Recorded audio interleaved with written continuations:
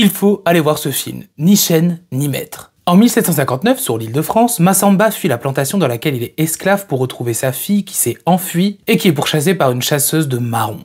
Le film est important, un devoir de mémoire qui mérite au moins de le voir une fois. Même s'il est loin d'être parfait, je le trouvais bon. Les films français sur l'esclavage sont assez rares. On a plus l'habitude de voir des productions américaines, c'est donc une bonne chose. Surtout qu'ici on y traite du marronnage, le fait qu'un esclave quitte la propriété du maître, mais aussi le fait que l'on se retrouve sur l'île Maurice. Tout le contexte est bien reconstitué, le labeur, les relations entre maître et esclave, le contexte politique et géographique, etc. Il est important de voir quelles étaient les mœurs de l'époque, ça peut être dur, surtout certaines scènes puissantes et horribles. Tout ça, le film le fait très bien, ça donne une atmosphère pesante et haletante. Mais le tout manque de profondeur. Il aurait fallu davantage exposer les personnages et développer leur personnalité. Et le déroulement reste très classique pour ce genre de film, surtout que le dernier tiers semble s'enliser. Une dernière chose m'a gêné, c'est le côté mystique, ésotérique qui est bien trop mis en avant et qui a surtout un impact sur les événements. Ça casse le côté historique. Côté réalisation, c'est classique, mais les paysages sont tellement beaux. C'est très envoûtant dans la manière de les filmer avec une ambiance sonore complètement réussie et le casting